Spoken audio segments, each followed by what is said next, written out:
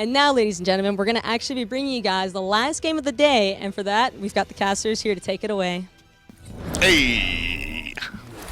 I thought you were going to dry bear that. I thought you were going to go with, hey, everybody. But I was like, wow. Everybody, and welcome to our is. Game 4 of today. It's week number 2, day number 2, game number 4 here for European SPL Season 4. Game 4. Yeah, nailed it. Yeah, your boy always nails it. Shoutouts to Bart for the throwback on that one. Let's get into picks and bans. Let's look forward into game number 4. We've got Sanguine versus Obey Alliance, and right away, they're going to start off by banning Sylvanas. I mean, Sanguine's still looking to get on the board as far as the win column goes. Kind of regarded as the weakest team in Europe, at least on paper. Though we have seen some of these teams that don't seem like they're going to be great kind of come up and really surprise the people early on in the season. So this is a great opportunity for Sanguine to do just that up against Obey. Thoth continuing just to be completely global banned. Character is far too strong to really see any real prominence. We've seen a couple of players play him, and he doesn't have a 100% win percentage, but he just impacts the game too strong. There's no surprises for me that he's banned away right away.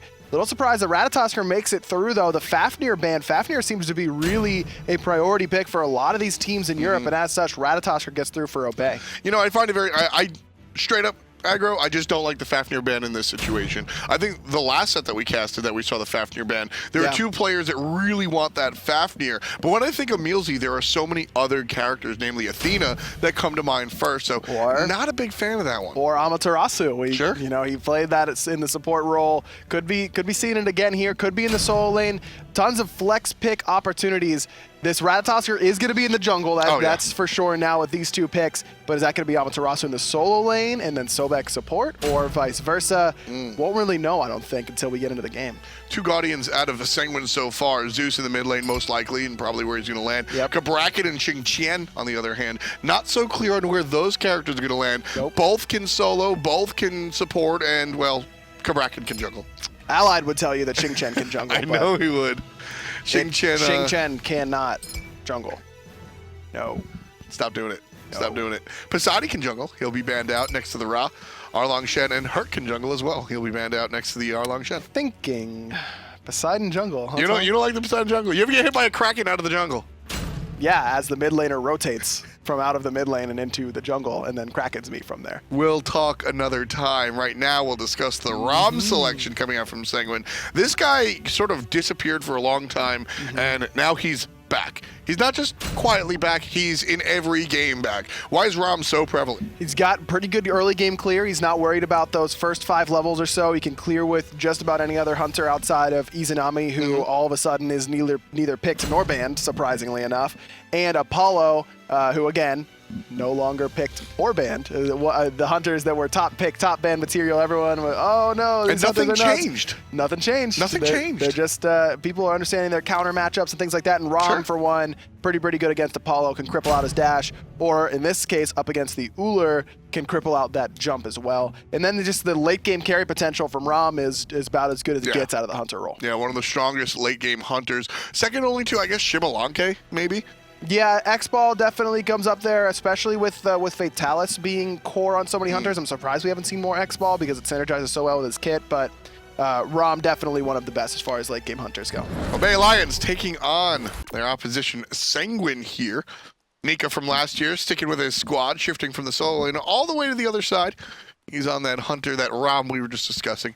And I like how you stay true to your roots and you sneak in the Transonics build right there. Shoutouts to the Xbox native. Well, again, that was the Transonics build back in Season 2 and Season 3 where he was just building Fatalis on X-Ball because it feels like fun, and it is a lot of fun, but it wasn't mathematically viable. But now with penetration being added onto Fatalis, and the reason that it synergizes well with X-Ball's kit is because you get so much power from both your passive and having your branching bowl as active that you don't need to build as much power. And so it's better to build some attack speed and a little bit of chase down potential with the Fatalis that really makes that an effective item for Xbalanque. Listen, man, I've been telling Cret for years now, math is overrated when it comes down to it. I Cret calced yesterday. Did you really? I did. Shoutouts to Cret. It's probably outdated and you got your math wrong. You're probably right, but it made me feel really smart. Right side, CaptainTwig goes ahead and cleans up his own buff before Sanguine can get there. I love this play here from Obey because you saw PrettyPriMe actually lay down his turret and then just go and auto down the mid wave to help out CaptainTwig, not only not take as much damage and secure that speed buff a little bit quicker, but also to get some experience from that speed buff as he's gaining that experience in the middle lane. Love that play from Prime. Just able to really maximize that. That's one of the nice things that Vulcan does here. CaptainTwig gonna run into some trouble with MikeTheMagikarp, formerly known as GetFisher. He's gonna be playing on that Cabrakan jungle. A little bit of a different style, honestly, from Mike here. Usually used to seeing him play on more of the traditional assassins, a la Hun Bats and the Najaz. Twig might be in some trouble here. Uses dash already. The rotation from Dodo gonna get a little bit of extra poke, but Dart on such a low cooldown that he's able to just dart out of there, no problem whatsoever. Speed buff stolen away by Obey, but Twig needs to be careful on the blue buff. Can't quite find the jump there for DeathPanter. CaptainTwig zooming and dashing out of every single one of these abilities. Hasn't really gotten hit by much despite hanging out the whole time. maniaKK here had a fantastic debut in Season 4. If you haven't really kept up with the league, maniaKK is a player that played last season in the Spring Split. He's a long-time player, but then didn't play past the Spring Split last season, and the Spring Split wasn't very nice to him, let's put it that way. But coming here into Season 4, it looks like he hasn't really skipped a beat. Of course, he's been playing behind the scenes, but the world of casual play or ranked play is so much different than competitive. Absolutely. You really expected some sort of fall off for someone who hasn't played in over a year competitively, or around a year competitively. But we did not see that from maniaKK whatsoever. Absolutely killed it for Obey en route to their 2-0 victory over the world champions in Energy. This is the first time we've seen them since then. And a pretty similar draft overall, I would say. PrettyPriMe on his signature Vulcan, no surprises there. Ataraxia on Ullr, and again, this Amaterasu support for EmilZy. So the Amaterasu, it's a very interesting character because obviously it brings a lot by way of the aura as far as support is concerned. But outside the ultimate, doesn't really have a very strong sense of peel. You've got the silence on the dash. So how do you really work with this Amaterasu support? It's a little bit of a different play style. You're not playing something like a Geb. It plays a little bit more like Bacchus, where you're into the enemy backline majority of the time, helping your team just via aura to get around the map. And then for objective secure and objective burn, one of the best Guardians, or one of the best warriors to play in the Guardian role because of the passive, which whenever you hit the same object with 3 auto attacks, they take increased damage from all sources, so it's great for your team to try and burn down a Gold Fury because you expose that Gold Fury to all that extra damage, as well as that damage aura. If you're with your backline, you can really boost their damage and mobility, but for the most part, we'll see EmilZy really diving in on characters like Zeus for Mr. Stefan, trying to get that damage, or just on a MikeTheMagikarp. Yeah, big damage. There's a nice little stun setup for the mid lane, and PrettyPriMe from a distance picks up the first blood, just choreographed, calculated, and completed. Obey put their first kill on the board. MikeTheMagikarp a little bit late with the purification beads there. Maybe he's thinking that because of how big Vulcan ult is and how close PrettyPriMe is, he's not going to have a chance to dodge that, but then he's just got to hold that purification beads and not use it. Instead, he uses it too late, dies anyways, and now you know EmilZy and Prime are saying we get a second kill as soon as we have our ultimates up. Absolutely. Obey right here, they're able to go to the red buff, and they 100% Obey know that they're totally safe there because how low the mid laner's poked out. If he decides to defend that red buff, they'll kill him as well. Nika over here, just dropping a ward, doesn't want to fight that time. Twig trying to invade that speed buff, but Mike going to be able to secure it this time around with the help of his support, DeathPanter. And you're talking about how little peel EmilZy has for this warrior support. DeathPanter even less so on this Odin, really only a slow in the kit and in the cage, which you can use to kind of kite around and make sure that your teammates don't get chased down too heavily, but quite a bit of mobility, at least in the hunter role for Ataraxia. He's going to be able to get out of that cage fairly easily, though no one else will outside of CaptainTwig with his ultimate. And that's kind of the beauty of watching these low crowd control Guardians and being able to see them at the highest level, because it's so much less about the individual character and more about the team as a whole. EmilZy selected the Amaterasu support because of the fact that he's going to have the Sobek in the solo lane. Mr. Stefan is totally toasted right here. Beads or nah, still alive for the moment and wiggles out of the ultimate. CaptainTwig still confirms the kill. No detonate available now that Mr. Stefan is dead. So might be able to find safety. Nika looking for the shots, can't find them, finds just 1 of 3. So EmilZy going to be able to get out of danger there. And that's what I was going to talk about, was that the reason we see this Odin selection is not only because Ataraxia is really the only character that can get out of that cage, but because of the Zeus-Odin synergy, one of the longest running in SMITE, 2 of the heads of their pantheons. It's coincidentally their ultimates work very, very well together. And I imagine that the call is going to be to look at EmilZy with those ults every single time, because if you can shut down a warrior support, it's very difficult to stay relevant in the game. It's not like a Bacchus or something like that, where you're going to just have that knock up all the time and have your damage be somewhat relevant. Guardians are better at falling behind and staying relevant, though they do have difficulty, than warriors. When you're behind as a warrior, it feels really, really useless. And so if I'm Sanguine, that's exactly what I'm trying to do. Set EmilZy behind early on. Right now, not really working at the moment. The lead in general for Obey, 3,000 gold, or just a hair underneath it, as we're very early in this game. Only 2 kills so far. Both of them belong to Obey Alliance. But our Amaterasu has not really been stunted too hard. 2 assists so far, both off of very good calculated plays. Like I said, Obey seem to be making these shot calls 30 seconds in advance. All right, guys, this is what's happening. I'm going to come to the lane via this route, use this ability, and you're going to follow up. Oh, Prime gets blinked on. There's the cage. Mr. Stefan is in range for the ultimate, but CaptainTwig looking for him immediately. The Earthshaker doing tons of damage. Magikarp picks up PrettyPriMe as well, 1 for 1, but Cabrakan very, very low, and there's that move speed aura that comes into play for Amaterasu. EmilZy and maniaKK here to clean things up. Nice purification helping out MikeTheMagikarp. Nice body block, but the reflective mirror over the wall. EmilZy gonna be able to pick up his first kill of the game. Nice shot over the wall there. Here comes DeathPanter, gets stunned out by Ataraxia, jumps away. Probably could take in the level 6 Odin, but didn't want to deal with help from Nika as he made the rotation over there. So Amaterasu now has a kill next to her 3 assists. So you were talking about how Obey seems to be making these calls 30 seconds in advance, and that's not too surprising to me, considering how much their roster has many more of the cerebral players for SMITE. Exactly. Ataraxia known for coming up with some wonky stuff that usually ends up working out, and then EmilZy, who has been around the scene for so long despite his young age. I mean, he broke into the scene as a very, very young coach for Team Coast way, way back in the day. Always been one of the more critical thinkers about the game, and so this sort of marriage between the two in the duo lane definitely has a ton of potential because of that. Yeah, Obey, the second team, I think, that overall will improve surprisingly. DeathDodo falls down. Gold Fury started up, though, by Sanguine. They knew that was coming. EmilZy directly into the back line yet again, looking for Mr. Stefan. The Vulcan ult, not going to find a home, thanks to that purification. EmilZy stuck in that cage. There's the Zeus ult, but it's not directly over top. EmilZy's able to sneak out a little bit. He skirts out. Nika needs the accuracy, and he just don't have it. Can't find the kill. Following up is going to be Ataraxia as MikeTheMagikarp goes deep and tries to take care of business, but Ataraxia finds his kill onto the opposition. The jungler falls down for the 3rd time this game.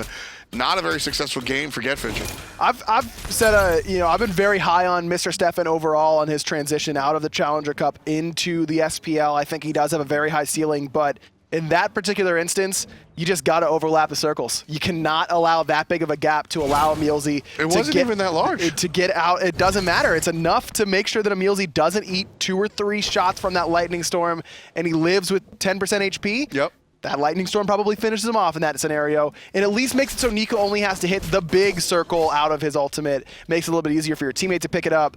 That you just got to overlap the circles better than that if you're Zeus in that scenario. Just one of those fundamentals that you've got to have to really make it in the SPL here. Different story for the mid laner across the way. PrettyPriMe playing his signature Vulcan, wearing the Titan skin that he pretty much earned right there. Yep. That's him. PrettyPriMe would be on the back if that was a... It needs more hair, though. If it was actually PrettyPriMe, you need to, like... The only problem is it would block the player view. That hair would be so tall. Well, there's 2 layers of... There's 2 levels of the team skins, if you guys are unaware. Everybody gets a team skin, and that's how the SPL helps out the teams. EmilZy looking for a big play himself. Mr. Stefan gets totally obliterated. That's what PP has been doing all day. PrettyPriMe helping out. The jungler going to set up for the mid laner a second time. Double kill. 4 kills in total, 2 in that exchange. And the Gold Fury will be the subject of Obey's ire. Left tower going to be attacked by Ataraxia as well. 2 objectives after 2 kills, and it's too much for Sanguine to handle. That's just how you draw up this composition for Obey. They're executing it to perfection. It's the dazzling offense into the Vulcan ultimate over the top, onto the immobile Zeus every time. Every time. It doesn't matter if he uses Purification or not, you're still going to invest at least that Amaterasu ult. Maybe Prime holds his going forward once they get a little bit of a better handle on these beats timers, but overall, Obey is just identifying exactly what they want to do and executing it to perfection. I mean, they're just farming the Zeus. That's one of the most important things. Z-Man is a powerful character that there are some characters that the only way to deal with them, the best CC is death. And some characters you have to CC, some characters you have to avoid. Zeus is one of these characters, similar to Freya, that you just have to camp and murder and keep him down, because a Zeus that's a couple of levels behind is a Zeus that just can't be Zeus. So what Sanguine has to do up against this composition in trying to protect Mr. Stefan is you either have to turn and burn on EmilZy as soon as he gets into the back line, or you have to extend out very, very far and make sure that PrettyPriMe cannot find that ultimate comfortably. DeathPanter locked in the cage there with 3 other members, but MikeTheMagikarp, he's in the wrong spot. There's the Vulcan ultimate yet again. Prime able to pick him up. Just beautiful setup coming out from EmilZy, and what we were talking about before, as maniaKK is able to proxy behind Mr. Stefan. Mr. Stefan, nowhere is safe for you, buddy. There is nowhere safe. 3 levels down versus the enemy mid laner. Mr. Stefan just can't find safety. You can see maniaKK lurking in the background. DeathDodo! Whirlwind of absolutely nothing. Lots of rage in that whirlwind. He ain't stealing anything this time around. No, he's not. You liked that one. That was good. That was a good team effort right there. Just like EmilZy and PrettyPriMe have been setting each other up all day. I mean, every time EmilZy goes into that ultimate, whether they say it or not on comms, Ryan, I think PrettyPriMe just hears the beginning, the sound, the ching, right? And he's like, all right, it's time to go. And he just gets ready. He lines up the ultimate, and then he hits whatever it's keybound to. He hears it going off, and he's like, yeah, boy. It's a free ult. Yeah, he just sits there. You're probably a little longer. It's not my longest yeah boy ever. Not quite? No, not yet. We'll have to really see the multi-kill, and then we get the yeah boy. What if you were just in the middle of a call and I just started going yeah boy? I mean, I'd let it rock. Thanks, dude. I did cast with Adonis. I know how to deal with it. 13 minutes on the clock, 9-1. Obey leading the charge here. 10,000 in the lead almost. This is what we call what was it? Clash? No, domination. It's just out of this world. Sanguine, they just can't keep up. Mr. Stefan has been the target, and MikeTheMagikarp, unfortunately, you know, he just hasn't had the impact that the jungler needs to in this situation. When the mid lane is getting camped, you got camped as a mid laner. Is it Chapo's job to save you? No, it's always my fault in that scenario. No, but seriously, in some ways, yes, but against this composition in particular, he really MikeTheMagikarp cannot be the initiator that Cabrakan is used to being. He really has to be the peeler right now. This is a fight for Sanguine. Mr. Stefan is still getting dove underneath his tier 2 tower. There's the ultimate on top of himself to return a little bit of damage. Nika up in the sky, shooting down some shots, but MikeTheMagikarp very, very low. All of Sanguine is low. Nice meditation there from Obey. EmilZy keeping the team up. maniaKK, Ataraxia, they're all diving as tier 2. This is just not the way this fight should go for Sanguine. Numbers are doing their work. 3 kills in total for Ataraxia. 2 of them picked up in that team fight as he turns around and realizes, hey, I can't damage the tier 2 with the tier 1 alive. It's 2 of the more cerebral players in the SMITE Pro League. The more tactical Ataraxia attacking the immune tower. We all have those moments, you know, it happens to the best of us. And you're asking how is Obey able to get away with diving a tier 2 tower when a tier 1's still up at the 13-minute mark, and it's 10K gold lead, man. That's what it is. It buys you a lot of leeway. Well, no, I asked the question why, because that was Sanguine's fight. They had 4 players surrounding a single character. I think it was maniaKK, if I'm not mistaken. And maniaKK, he's got a spirit's robe. or excuse me, he's got a Spirit's Robe and a Breastplate of Valor, so he's a little bit tankier than I thought. But there's just no penetration for anyone on Sanguine. It's only Nika who has Executioner done, but I'm not even sure he had it finished during that fight. There's just no way, and Ataraxia can just comfortably 2v1 in this scenario. Oh, it's a 2v2. EmilZy is here, and MikeTheMagikarp is no longer here because EmilZy wipes him off the map. My man Maniac burns to charge Prey simply to steal the kill. It doesn't work. It doesn't work. But think about it. He sees Amaterasu and an Ullr just farming whoever's in mid lane. That's obviously a kill. Maniac is simply looking. He's trying to get an assist range. You're in assist range if you can dash from that far. Just wanted to make sure. Yeah, okay. Double check. Double checking. I like the idea for Mr. Stefan to just say I'm done with the middle lane for now and go over to the duo side, grab some much needed farm, but he's still not level 12, still can't buy an Aegis, and now he's back to try and defend this Fire Giant. DeathPanter is just going to try and make a Hail Mary play, I guess, here to try and seal away with a Bird Bomb. I mean, this is the power play that I urge teams to make. I love watching teams do this as Obey leashes the Fire Giant. Just start the Fire Giant when you have this absorbent of a lead, because when the enemy comes through to try and defend it, just kill them. Maniac getting kind of low, but MikeTheMagikarp all by himself on the front side. Vulcan ultimate, not going to find it, but it just creates space for MikeTheMagikarp to get taken out by Ataraxia. 2 for the Hunter. He jumps forward. He's looking for Mr. Stefan. Needs to find one more. 3 for Ataraxia, and Obey is just running through Sanguine. DeathDodo served up his own teammates. DeathDodo tossed the most dangerous player directly into his team. Mr. Stefan has been abused and harassed all game, and DeathDodo goes, hey, you want an Ullr right next to you? And you just see Zeus go, no, I don't, absolutely not. And he tries to run. Oh, poor Mr. Stefan, 0-5-1, absolutely no impact in this game. Can we see player damage, actually? I really want to see how little of an impact that Zeus has made. All right, so he's had a couple of strong ultimates. You've seen a couple of ults. So in this situation, that's all Mr. Stefan can do, is like just try and get all my damage out. I know I'm dead. It doesn't matter how long I'm going to stay up. It's just, can I get Lightning Storm, Chain Lightning, Detonate off? I'm just trying to get 3 out of my 4 skills off cooldown, and then I'll take my loss. Because that's what the enemy team is trying to do to me. MikeTheMagikarp, though, 1-8, and now it's going to be 1-9. We're getting close to that double-digit death mark. The Gem of Isolation pickup, not the call in this scenario. It's expensive. It doesn't give you defense. It gives you some health. It gives you 200 health and some CCR, but sick. I need some physical protection, dude. I need some magical protection. Give me something outside of an expensive utility item. Yeah, not a fan of the pickup either. Like I said, MikeTheMagikarp has really struggled coming into this one. Frenzy. I like this. I like this pop here. This is going to be the fight that Obey need to lose here if it's Sanguine's going to win. But the Earthshaker over the top, not going to do quite enough damage thanks to that Aegis that's finally been picked up by Mr. Stefan. Maniac pretty far forward here. Bird Bomb onto 2. Nice play. Sanguine on the board with their second kill. Yeah, I was going to mention that. The Frenzy, that's a beautiful play. This is one of the first times we're seeing the rituals come into play before the end of the game. Yeah. Sanguine 100% stopped that push onto the middle Phoenix because of a smart Frenzy buy by Mr. Stefan. That's fantastic play. 0-5-2. He's the highest player damage on his team. 10,000 now, rivaling PrettyPrime's. Although the impact of that 10,000 damage for both mid laners, vastly different. Yes, very, very much so. But again, it's Mr. Stefan doing everything he can to just put out as much damage as possible before he falls. And that's the key. It's everything he can. And I asked before, you know, and we kind of straight off time, is it the junglers? Should the jungler be assisting the mid laner more?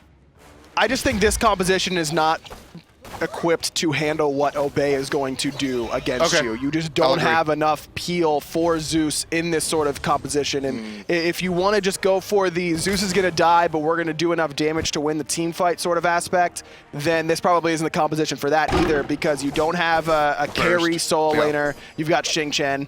You've got a decent amount of burst in the jungle out of Cabrakan, but 0 out of your support in Odin. And you're not building into the burst from your jungler. Right. It's just, this composition just was... Sanguine seems to have looked at what other teams in Europe are doing and are having success with and saying, okay, this is what we want to do against it, but we can pick these gods and try and do the same thing, but they're just lacking a little bit with some of their picks. Yeah, the Zeus definitely needs to protect all composition.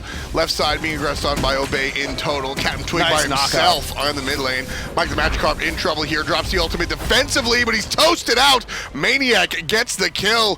DeathDodo taken down to 10% HP. Thanks to PrettyPrime's ultimate. Left side Phoenix down for the count. Mid lane Phoenix. EmilZy will join CaptainTwig here, along with the rest of the squad. This one likely to fall as well, very quickly in fact. Maniac looking in the back line for the Zeus player himself. Here comes DeathDodo with an ultimate, picks up one, it's EmilZy, tosses him right in the ring. The cage is there, but no real follow-up, and the Titan's gonna knock down that cage for Obey's Mr. Stefan. He's gonna eat his 6th death. Obey just dominating fashion up against Sanguine, 21-2. 20 minutes, just drastically killing it. Looked easy, folks, for Obey right there. Really didn't have too much trouble against their opposition. Very interested to see how Sanguine changes things. I like what you said. It looked like Sanguine sort of looked across the way at what worked last week for different European teams and said, we'll take that, we'll take that, we'll take that. But cohesion is a big part of what makes a team composition work. It's not characters in a vacuum. And when it comes down to it, Cabrakan jungle works. Zeus mid works. Odin support sort of works, but not all together. So I think for P's and B's, we need to see a change. It's time.